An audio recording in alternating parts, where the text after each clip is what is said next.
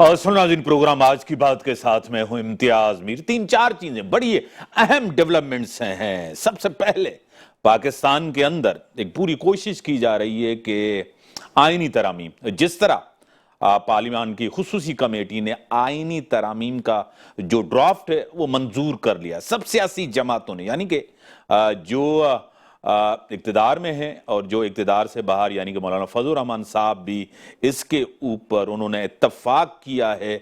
अब दो तीन चीजें डिस्कस में, एक सबसे पहले कि आईनी अदालत जिसका बार बार पीपल्स पार्टी की कयादत जिक्र कर रही थी, वो मेरे ख्याल से जो है ना इसके ऊपर इत्तफाक नहीं हुआ। एक कॉन्स्टिट्यूशनल डिवीजन होगा with in apex court, top supreme court के में, उसमें ये चीज हुई है, लेकिन आईनी अदालत का जो है ना वो नहीं हुआ। और अब जो तीन सीनियर मोस्ट जजेस होंगे उसमें कोई चीफ जस्टिस एक होगा। इस हवाले से कुछ न्यूज जो ये आई हैं बाहर, जो मोहतरम जनाब कमेटी के सरबराह थे खुर्शीद शाह साहब, उन्होंने ये बातें। उसी के साथ 18 अक्टूबर एक बड़ा सानिया है पाकिस्तान की तारीख का। 2007 में जिस तरह शहीद रानी मोहतरमा बेनजीर भुट्टो साहिबा आई थी, उसके ऊपर हमला किया। आज पीपल्स पार्टी उसके ऊपर एक बड़ा प्रोग्राम हैदराबाद के अंदर करने जा रही। और तीसरा बड़ा अहम, इंटरनेशनली पूरी दुनिया के अंदर जिस तरह हमास के लीडर यह्या सिनवार को जिस तरह उनकी हलाकत हुई है, उसके ऊपर एक तो टेंशन बढ़ी है और दूसरी ये बात है कि क्या वाकई ये स्क्लैट होना जा रहा है, इसको डीस्क्लैट किया जाएगा। आपको पता है, और मुझे ज्वाइन किया है, एकेडमिक हैं, तज्जिया निगार हैं, पाकिस्तान की मारूफ शख्सियत हैं, पाकिस्तान के साबिक सफीर हैं, मोहतरम जनाब जफरुल्लाह शेख साहब मेरे साथ हैं। मैं आपको वेलकम करता हूं अपने शो में। बहुत शुक्रिया, thank you so much. Sheikh साहब, आपको पता है कि ये जो एक ह्यूज ब्लो है, ब्लो आफ्टर ब्लो हमास को जो लगा है, आपको पता है जिस तरह का दावा किया गया, जिस तरह की कंफर्मेशन भी आई है, क्या कहेंगे कि एस्केलेट होने जा रही है ये चीज? आपको पता है एक रिएक्शन आएगा, दूसरी जिस तरह हमास, हिजबुल्लाह, ईरान से, क्या कहेंगे? बिस्मिल्लाहिर्रहमानिर्रहीम। 7 अक्टूबर से बात शुरू करते हैं। 7 अक्टूबर को जो मास्टरमाइंड जिसको कहा गया है, उसमें एक तो नहीं होता मास्टरमाइंड, बट मास्टरमाइंड मास्टर्स थे काफी। मगर जो भी सिलसिला हुआ उस वक्त, उसके बाद जो है, जो इसराइल की स्ट्रेटेजी ये रही है कि उनकी लीडरशिप के जो मेन लोग हैं उनको आहिस्ता आहिस्ता खत्म किया जाए। उसमें काफी नाम है, माइंड कर लें, दूसरा नहीं, अभी लेटेस्ट ये भी आ गया है। मकसद ये है कि उनका यही स्ट्रेटेजी उनकी रही है कि जो लीड कर रहा है इन सारी मूवमेंट्स को, उनको पहले खत्म किया जाए। मेरी नजर में, ये दिस इज माय एनालिसिस। ये जंग जो है, ये जंग वो नहीं है कि तलवार और आपने ढाल उठाई और पानीपत के मैदान में चले गए और आमने सामने घोड़ों पे या हाथियों पे जंग हो रही। No no no no. Today there are 2 types of जो है वॉर्स चलती है। सेकेंड वर्ल्ड वॉर के बाद जहाज तो अपनी जगह पे होंगे, मगर सबसे इंपॉर्टेंट जो आजकल चलती है, that is called hybrid war. Hybrid Wars इतनी खतरनाक है, वो मेरा ख्याल है अगर हम लोग बहुत पुराने उसमें जाएंगे तो वो बहुत लंबी कहानी हो जाएगी। 9/11 से शुरू कर दें, उसके बाद ये सारी चीज जो चलती रही, आईसिस बना, CIA भी बहुत मुतहरिक हो गई, उसके बाद अपना सारी इंटेलिजेंस एजेंसीज बड़ी हो गई। तो कहने का मेरा मकसद है, जो आप बता रहे हैं, ये टारगेट्स जो है, मेन टारगेट्स हैं, वो जो दुनिया की एजेंसी जिनके इंटरेस्ट क्लैश होते हैं और जहां ये चैलेंजेस आते हैं, तो now there is a strategy that target जो किया जाए उनको किया जाए जो पायनियर्स हैं, जो असली जो सिपहसालार हैं या जो असली काम करने वाले हैं। 1-2 मिनट की और मिसाल दूंगा। आपको याद है 1974 में एक इस्लामिक समिट हुई थी। इस्लामिक समिट में मेरी भी ड्यूटी थी उसमें। मैं प्रोफेसर था उस वक्त, BSS करके मैं लाहौर में ट्रेनिंग था। 1974 की बात है। उसमें हुआ ये था कि आपको याद होगा, अगर मैं थोड़ा पीछे चला जाऊं, फॉल ऑफ ऑटोमन्स थे 20s में, 20, 21, 22, 23, 24 तक आप ले चले उसको। अब वो 506 साल जो उन्होंने रूल किया उस्मानिया दौर के बाद, जब उसका फॉल हुआ, एक एफर्ट ये थी कि मुसलमानों को एक प्लेटफॉर्म के जमा होने नहीं देना है, नहीं तो दोबारा उस्मान आ जाएंगे। अब उसको खत्म करके लीग ऑफ नेशंस बनी, यूनाइटेड नेशंस बने, वीटो पावर्स छोटे छोटे मुल्कों को दिए गए, वॉर से, सेकेंड वर्ल्ड वॉर हुई, जो बड़े बड़े फाइटर्स थे लाइक जापान, उनको खत्म कर दिया गया, एटॉमिक एक्सप्लोजन्स हुए, सारी चीजें हुई। और उसके बाद चलते चलते जब मुसलमानों ने जो इधर से चोट लगी, उधर से चोट लगी, ओआईसी भी बनाई, उसको तोड़ने की कोशिश की गई, छोटे दूसरे ग्रुप बने। आखिरकार जब समिट हुई 74 में, तो उनके जो मेन प्लेयर्स थे, उनका फेट आप जानते हैं क्या हुआ। अब मैं उसी बात पे आता हूँ जो आपने मुझसे सवाल पूछा, वो ये है कि आजकल की दुनिया यही है, वो हथियार, ये प्लास्टिक की बैटलफील्ड नहीं है, ये दूसरी बैटलफील्ड नहीं है। तो मेरा कहने का सिर्फ अर्ज ये है कि ये टारगेट्स किस तरह से वो करते हैं। तो ये जो भी लेटेस्ट जो कैजुअलिटी हुई है, उनको भी ये कहते हैं कि ये भी वहां 7 अक्टूबर की जो बात थी, पेपर्स की, न्यूज पेपर्स की रिपोर्ट्स दिए हैं जो मैंने पढ़ी है कि he was one of the mastermind. सही, जिस तरह शेख साहब आप कह रहे हैं कि he is one of them, यही रिपोर्ट्स हैं जिस तरह आप कह रहे हैं। अब दो चीजें कही जा रही हैं, जिस तरह बाइडन ने कहा है कि एक बड़ा टारगेट था, उसके ऊपर अब मुझे तो ये चीज़ें नहीं कहनी, उन्होंने एक बड़ी खुशी का इजहार भी किया है। उन्होंने क्या पूरी दुनिया के लिए, यूएसए के लिए, पूरी दुनिया के लिए, और ये खुशी है कि उसको जिस तरह एलिमिनेट किया गया। एक चीज़ वो कहते हैं कि ये टाइम है अब इसराइल के लिए कि इसको जंग बंदी की जाए। आपको पता है कि वाकई ये टाइम है या चीजें आगे बढ़ेंगी? जिस तरह यमन तक गए, इराक तक गए, सीरिया तक गए, जिस तरह 7 फ्रंट खुले हुए हैं, क्या कहेंगे? मेरे नजर में ये जो मिडल ईस्ट की कहानी शुरू हो गई, उसको खत्म करने की और उसको एक आग का दरिया बनाने की वो शुरू हुई थी। आपको पुरानी बात है, आग शुरू करते हैं, बहुत पास्ट में नहीं जाते। इराक ईरान 2 बड़े पावर्स थे, पहले इनको लड़वाना था, सही, सीरिया को खत्म करना था, लेबनान को खत्म करना था, गल्फ को कमजोर करना था, और ये अपने अपने जो लोग थे अपने कैंप में लाना था।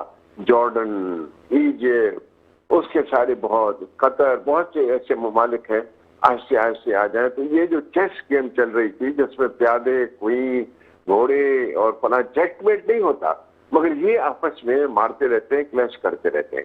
कहने का मेरा मकसद सिर्फ ये है कि मिडल ईस्ट तबाह हो गया। आपने देखा किस तरह से हुआ। इस कहानियों में नहीं जाते कि कहानी में बहुत कहानियां निकल आएंगी। अब ये है कि जब ये हुआ सिलसिला, तो उसमें काफी चीजें इधर उधर चली गई। नहीं तो हम भी, पाकिस्तान एक बहुत बड़ा मुल्क है माशाल्लाह, हम भी न्यूक्लियर है। मैं तो इधर तक 60s में ले जाऊंगा। 1964 में आपको याद है आरसीडी जब बना था, regional cooperation for development, Pakistan, Iran और तुर्की तक रेलवे लाइन, फला क्या क्या। तो कहने का मेरा मकसद है कि मुसलमानों को एक प्लेटफॉर्म पे आने नहीं दिया जा रहा था।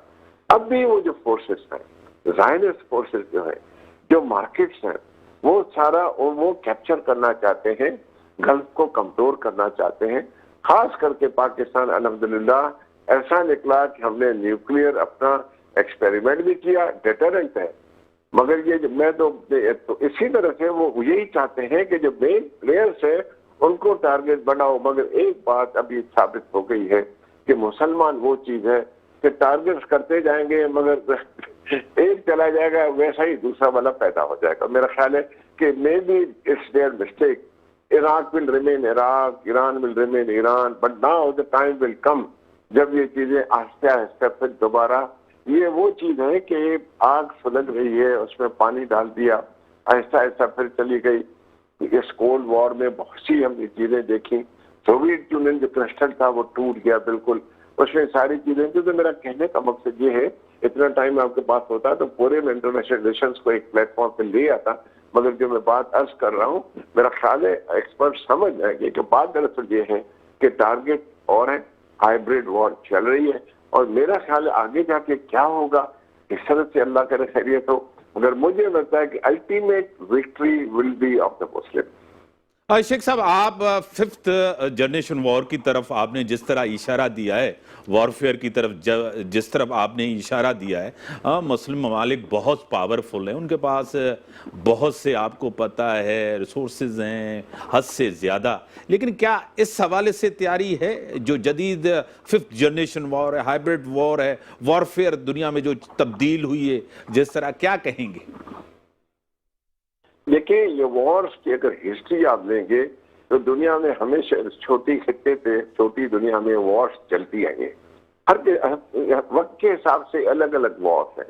इस्लामिक वर्ल्ड में जब हमारे प्रॉफिट सल्लल्लाहु अलैहि वसल्लम का जमाना था उस वक्त वॉर्स दूसरे किस्म की थी। तो अभी जो वॉर्स लड़ी जा रही है अब ग्राउंड से लेके खत्म होके अब एयर से और ग्राउंड से होती है, जिसको अंग्रेजी में इन्फेंट्री हो गई है नीचे, बाकी और फिर हथियार आ गए हैं काफी। मेरा कहने का मकसद ये है कि पता नहीं क्यों इंसान यही सोचता है कि लड़ते रहो। मैं कंट्रीज का नाम नहीं लूंगा मगर नेचुरली वो अब आजकल वो अंग्रेजी में कहावत है माइट इज राइट, जिसकी लाठी उसकी भैंस। कहने का मकसद ये है कि हर कंट्री ये चाह रहा है कि मैं स्ट्रांग हूँ। अब अगर स्ट्रेंथ को देखा जाए, पैसा सिर्फ स्ट्रेंथ नहीं है। गल्फ कंट्रीज को देखें, उनके पास इतने माला माल है, डायमंड्स के साथ, सोने के साथ, उसके बाद पेट्रोल है, सारी चीजें हैं, मगर फिर भी हथियार कहीं और से खरीदते हैं। हथियारों का मार्केट कुछ और है, जहाज उड़ाने के वहां से वहां है। जापान छोटा कंट्री है, सारी चीजें हमसे देते हैं। मुझे याद है मैं 7 साल जापान में रहा हूँ, तो मुझे एक दफा जापानीज से हम कह रहे थे कि हम ये, तो मुझे वो सिर्फ ये कहने लगा कि मिस्टर डिप्लोमेट आप ये बताएंगे कभी आपने सुई बनाई है? ये 70s का जमाना है। आपने इंजन, हम तो इंजन बनाते हैं, कभी ट्रांजिस्टर बनाया, कभी एसी बनाया, कभी और इलेक्ट्रॉनिक किसने बनाई, किसने रिसर्च की, किसने मेहनत की, किसने कंफर्ट दी? बात जी लेसन है हमारे लिए। मुसलमानों को मेहनत करनी होगी, ओआईसी के प्लेटफॉर्म को मजबूत करना होगा। मैं ओआईसी की कॉन्फ्रेंस में पाकिस्तान को रिप्रेजेंट कर चुका हूँ, मगर सच पूछे कभी कभी आंखों में आंसू आ जाते हैं। इतना बड़ा ग्रुप मुसलमानों का जिनके पास हेल्थ भी है, वेल्थ भी है, स्ट्रेंथ भी है, मगर एक जगह पे नहीं है कॉम्प्रोमाइज। वो प्लेटफॉर्म एक जो बड़ी है, बड़ी मेहरबानी शेख साहब, आपने टाइम दिया। आपका तज्जिया जिस तरह एससीओ से लेकर मिडिल ईस्ट तक जो हालात हैं, जो मुस्लिम दुनिया है, मुस्लिम उम्मा है, उसकी यूनिटी जो है हमेशा क्वेश्चन मार्क रही है। ब्रेक का टाइम है, ब्रेक के बाद आते हैं। वेलकम नाज़रीन, मुझे ज्वाइन किया है सीनियर रहनुमा, सीनियर सियासतदान, मारूफ कानूनदान मोहतरम जनाब एडवोकेट यासीन आज़ाद साहब मेरे साथ हैं। मैं आपको वेलकम करता हूं अपने शो में। बहुत बहुत शुक्रिया सर। यासीन आज़ाद साहब, एक इत्तेफाक हो गया है, आपको पता है, एक बड़ी मेहनत की है। पाकिस्तान पीपल्स पार्टी की क़यादत हो, नून लीग की क़यादत हो, आपको पता है कि ड्राफ्ट पे इत्तेफाक हो गया है। क्या कहेंगे इसके ऊपर? मेरे लिए सबसे ज्यादा खुशी इस बात की है कि जैसे अब रिपोर्ट आ रही है कि ये ड्राफ्ट जो है ना मुतफ़िका तौर पे है, जिसमें पीटीआई भी शामिल है। सही। क्या अलग बात है कि उन्होंने कहा बानी पीटीआई से फाइनल अप्रूवल लेंगे, और मेरे ख्याल में शायद बिलावल भुट्टो ने उनको कहा कि आप कल जाके मिल जाएं। तो आइन के अंदर जो अमेंडमेंट आ रही है, अगर जब मुतफ़िका हो तो फिर बहुत सारे लोग जो डिफरेंट टाइप की बातें करते हैं ना, उनके मुंह बंद हो जाते हैं। सही। अभी जो प्रपोज अमेंडमेंट है जो मैंने देखी है, प्रपोज अमेंडमेंट में जो इस वक्त तक मैंने पढ़ा या देखा, वो एक तो मुतफ़िका है, नंबर 2 वो पब्लिक के इंटरेस्ट में भी है, पाकिस्तान के इंटरेस्ट में भी है, और इसमें कोई बुराई नहीं है।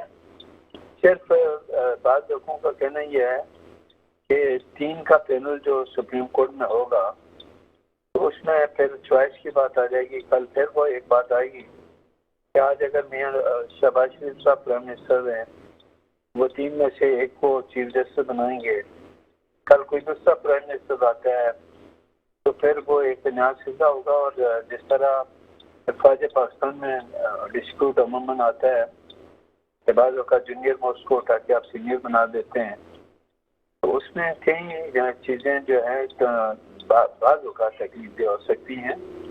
लेकिन मेरे नज़दीक आज भी अमेरिका जो का सियासी मिसाल मैं आपको देता हूँ कि अमेरिका में आज भी प्रेसिडेंट जो अमेरिका का है वो जज को नॉमिनेट करता है और कांग्रेस उसकी अप्रूवल देती है। इसी तरह यूके में भी है, तो गवर्नमेंट की सतह से जजेस की अपॉइंटमेंट भी होती है। और ये 18 अमेंडमेंट के बाद जो है ना आपने जुडिशियल कमीशन जो बनाया, और उसमें जो है ना आपने अपॉइंटमेंट का तमाम अख्तियार जो है ना वो जुडिशरी को दे दिए किस्म के, और उसमें जो पार्लियामेंट्री कमेटी थी उसको जुडिशरी ने बिल्कुल जीरो पे खड़ा ला के खड़ा कर दिया, जिसकी वजह से मामला बेहतरी की तरफ नहीं जा रहे थे, क्योंकि पार्लियामेंट्री कमेटी कभी कभार अगर किसी आदमी को कहती थी कि इसको जज नहीं होना चाहिए, उसका रिजल्ट क्या निकलता था कि जुडिशल कमीशन ऑफ पाकिस्तान जो है ना, उसको टर्न डाउन करता था और कहता था कि नोटिफिकेशन कर दें।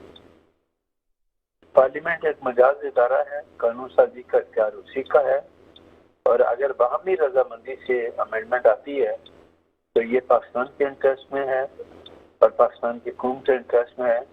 लेकिन डिस्प्यूट की सूरत में जब कोई कानून साजी सामने आती है, बाद लोगों को बोलने का पूरा मौका मिलता है। यासीन साहब, इसमें एक चीज आपने जिस तरह कहा कि पार्लियामेंट का अख्तियार है आइन में तरमीम करना, कानून साजी करना, ये लॉ मेकर्स का आपको पता है वही कर सकते हैं, लेकिन बदकिस्मती से इस मुल्क के अंदर जुडिशल एक्टिविज्म के नाम पे आपको पता है और माजी के ऐसे फैसले रहे हैं, जिस तरह उस वक्त के डिक्टेटर्स को जिस तरह पूरी आज़ादी दी गई कि जिस तरह आइन में तरामीम करें, ये ढकी छुपी आपसे नहीं है, क्योंकि आपने पूरी ज़िंदगी आपने भी सियासत की है, वकालत की है। आप मुझे ये बताएं, 2-3 चीज़ों के ऊपर जो है ना मार्केट में पॉलिटिकल पार्टीज़ के अंदर डिस्कशन हो रही। सबसे पहले 3 सीनियर जजेस में, यानी कि मोस्ट सीनियर जज कोई चीफ जस्टिस नहीं बनेगा, मतलब एक चीज तो ये अहम है, और दूसरी बात ये है कि अब जो चीफ जस्टिस जो जजेस होंगे उसके लिए भी अब एक जुडिशल कमीशन नया बनेगा। क्या कहेंगे इस हवाले से? देखें, अभी सिंध हाईकोर्ट में अपॉइंटमेंट हुई ना, तो 3 का पैनल गया था, सही, लेकिन सीनियर मोस्ट को ही चीफ जस्टिस सिंध हाईकोर्ट बनाया गया। लेकिन जब लोअर का मामला आया तो लोअर में भी 3 का पैनल गया, लेकिन वहाँ का जो खातून है आलिया नीलम, उनको तीसरे नंबर वाले को चीफ जस्टिस बनाया गया। उस जुडिशल कमीशन में आज ऑनरेबल सुप्रीम कोर्ट के सीनियर जज जो हैं वो उस वक्त मेंबर थे। तो यहाँ सवाल ये पैदा होता है कि उस वक्त इन्होंने ये एतराज क्यों नहीं किया कि लोअर हाई कोर्ट में भी सीनियर मोस्ट को होना चाहिए, सिंध हाई कोर्ट में भी सीनियर मोस्ट का होना चाहिए, बाकी हाई कोर्ट में भी सीनियर मोस्ट का होना चाहिए। जब अपनी जात का मामला है तो आप डिफरेंट वे में चले जाएं, वो बात मेरी समझ में नहीं आती, मेरी समझ में नहीं आता।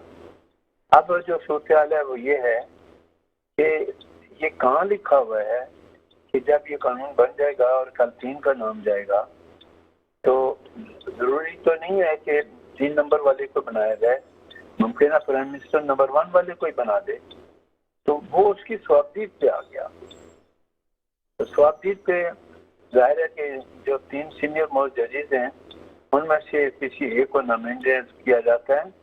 फौज में जरा मामला डिफरेंट है, वहाँ 5 का नाम भेजा जाता है और 5 में से किसी एक का सिलेक्शन पीएम जो करता है। तो ये हमारे यहाँ एक्चुअली तजर्बात बहुत ज्यादा होते हैं। एक डायरेक्ट जो लाइन होती है ना मजबूती के लिए कि ये सिस्टम हमारा होगा, वो हम नहीं करते। एक्चुअली सीनियरिटी का जो असूल था वो सबसे पहले सज्जाद अली शाह साहब के दौर में जब ये मामला आया तो उन्होंने फैसला दिया कि सीनियर मोस्ट आदमी को चीफ जस्टिस ऑफ पाकिस्तान बनाया जाएगा। लेकिन सज्जाद अली शाह साहब खुद जूनियर मोस्ट थे, लेकिन उन्होंने वो जजमेंट अपने आप पे लागू नहीं किया और वो चीफ जस्टिस बैठे रहे। अगर उस वक्त मुनासिब यही था कि जब वो फैसला देते। सही। यासीन साहब, एक और चीज, टाइम बड़ा लिमिटेड, एक बड़ी अहम चीज और आपको पता है कि मियां नवाज शरीफ साहब, आसिफ अली जरदारी साहब, शहबाज शरीफ, मौलाना फजल रहमान, और आपको पता है कि ये सब मिलके आपको पता है कि इन्होंने कहा था कि पीपल्स पार्टी और नून लीग ने कहा था कि हम फेडरल कॉन्स्टिट्यूशनल कोर्ट पे जाएंगे, लेकिन आपको पता है उस पर मौलाना साहब राज़ी नहीं हुए। फिर कहा जाता था कि एक कॉन्स्टिट्यूशनल बेंच होगा, उसके ऊपर भी नहीं हुआ। अब मौलाना साहब ने जो कहा कॉन्स्टिट्यूशनल डिवीजन बनेगा, इसके ऊपर इत्तेफाक हुआ है। जो मौलाना साहब ने जो बात कही, क्या कहेंगे? देखें, मेरा कहना यह है कि और उन्होंने बिल्कुल ठीक कहा कि सुप्रीम कोर्ट में आज भी जाके देखें तो 15-20 साल से केस पेंडिंग है। सही, क्यों पेंडिंग है? तो अगर आप आईनी कोर्ट को अलग कर देंगे, सुप्रीम कोर्ट को अलग कर देंगे, तो उस सूरत में जो पब्लिक लिटिगेंट्स है उनके केसों को फैसला करने में जरा जल्दी होगी। हमारे यहाँ ये है कि सुप्रीम कोर्ट के कई मामला जो है ना आईनी मामला सुप्रीम कोर्ट में जाते हैं और सुप्रीम कोर्ट फिर एक महीना 2 महीने के लिए उन मामला को लेके बैठ जाता है, जिसकी वजह से सुप्रीम बड़ी मेहरबानी सर, बड़ी मेहरबानी सर, आपने टाइम दिया। नाज़रीन, ब्रेक का टाइम का, ब्रेक के बाद आते हैं, डिस्कशन को आगे बढ़ाते हैं। वेलकम नाज़रीन, 18 अक्टूबर एक तारीखी दिन है, वैसे तो आपको पता है, लेकिन एक स्याह दिन के तौर पे याद किया जाता है। जिस तरह तकरीबन 180 लोग, जिस तरह उनकी शहादत हुई जमहूरियत के लिए, आइन के लिए, मुल्क के लिए, मोहतरमा बेनजीर भुट्टो साहिबा जिस तरह जलावतनी खत्म करके मुल्क के अंदर आई, इस मुल्क के लिए वाहिद सियासी जमात है पाकिस्तान पीपल्स पार्टी, जिसके कायदीन ने, जिनके रहनुमाओं ने कुर्बानी दी है जमहूरियत के लिए, सिस्टम के लिए, पार्लियामेंट के लिए, मुल्क के लिए। और मुल्क के अंदर भुट्टो खानदान ने वो काम किए हैं जो तारीख में किसी ने नहीं किए हो। जिस तरह आमरों के साथ पाकिस्तान पीपल्स पार्टी की एक कुर्बानी है, यह भी किसी से ढकी छुपी नहीं है। एटमी ताकत हो इस मुल्क को, पाकिस्तान का आइन हो, ये पीपल्स पार्टी को क्रेडिट जाता है। आज जमहूरियत मुल्क के अंदर, वो भी क्रेडिट पाकिस्तान पीपल्स पार्टी को जाता है। मुफाहमत की सियासत हो, सबको साथ लेके चलने की सियासत हो, यह क्रेडिट भी मोहतरम जनाब आसिफ अली जरदारी, इससे पहले बीबी साहिबा ने जिस तरह सीओडी किया। मुझे ज्वाइन किया है, एकेडमिक हैं, आईनी माहिर हैं, मारूफ आईनी एक्सपर्ट हैं और सेनेटर हैं पाकिस्तान पीपल्स पार्टी के, बैरिस्टर जमीर घुमरो साहब मेरे साथ हैं। सेनेटर साहब, मैं आपको वेलकम करता हूं अपने शो में। Thank you. आवाज आ रही है सेनेटर साहब? हाँ, बिल्कुल आ रही। हाँ सेनेटर साहब, आज का दिन आपको पता है एक तारीखी दिन भी है, एक स्याह दिन के तौर पर भी मनाया जा रहा। पीपल्स पार्टी की क़यादत की कुर्बानी, आज भी जमहूरियत अगर है तो शहीद मोहतरमा बेनजीर भुट्टो की कुर्बानी की वजह से। क्या कहेंगे इसके ऊपर? मेरे ख्याल में आज के दिन जो है वो 18 अक्टूबर के शहीदों ने शहीद बेनजीर भुट्टो का दिफा करके अपनी जान कुर्बान कर दी। और आज हमारे लिए 18 अक्टूबर, इससे बड़ा सानिया कोई नहीं हो सकता जब 177 लोगों ने अपनी जान कुर्बान कर दी पाकिस्तान की अजीम लीडर शहीद मोहतरमा बेनजीर भुट्टो के लिए। तो मेरे ख्याल में आज के दिन के हवाले से ये जमहूरियत के लिए, ये पाकिस्तान की फेडरेशन के लिए एक खास दिन है, जिस पर जो है वो पाकिस्तान पीपल्स पार्टी उन शहीदों को याद करती है। और हैदराबाद में आज पाकिस्तान पीपल्स पार्टी के चेयरमैन बिलावल भुट्टो जरदारी साहब खिताब करेंगे और आज के ही दिन जो है वो इस आईनी बिल पर, जिसके लिए शहीद बेनजीर भुट्टो ने जदोजहद की थी, वो उस पर कंसेंसस हो गया है और special committee of the parliament ने उसको जो है वो मंजूर कर लिया है। जिस तरह आपने बताया कि एक तो कुर्बानी, दूसरा पाकिस्तान का आइन, फिर पाकिस्तान के आइन को बचाना, फिर आपको पता है सीओडी के बाद 18th अमेंडमेंट।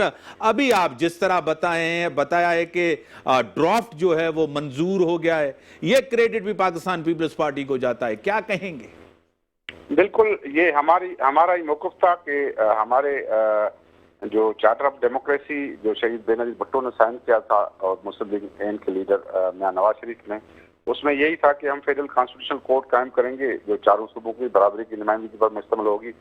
लेकिन क्योंकि पार्लियामेंट में जो है वो 2/3 मेजॉरिटी के लिए कंसेंसस बनाना पड़ता है, तो इस वजह से जो इत्तेफाक हुआ है वो कॉन्स्टिट्यूशनल बेंचेस पर हुआ है, जिसमें सूबों की बराबरी की नुमाइंदगी होगी और जजेस के अपॉइंटमेंट का तरीक़ेकार जो है वो तब्दील किया गया है। और जो जुडिशल कमीशन होता था पहले, उसमें पार्लियामेंट्री कमेटी सेपरेट होती थी, तो उसमें पार्लियामेंट्री कमेटी और जुडिशल कमीशन को जिम कर दिया गया है और उनके 13 मेंबर कमेटी ये अभी जजेस की अपॉइंटमेंट करेगी और उसमें पार्लियामेंटेरियंस भी शामिल होंगे, जजेस भी शामिल होंगे और वकील भी शामिल होंगे और एक टेक्नोक्रेट भी शामिल होंगे जो स्पीकर नॉमिनेट करेंगे।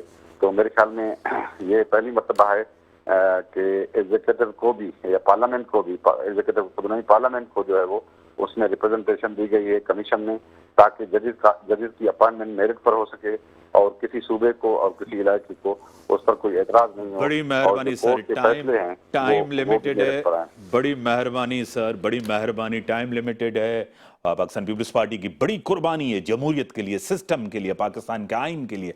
आज भी आइन को, इदारों को मजबूत करने के लिए यह भी क्रेडिट पाकिस्तान पीपल्स पार्टी को, क़यादत को जाता है। इसी के साथ दीजिए इजाज़त। अल्लाह हाफ़िज़।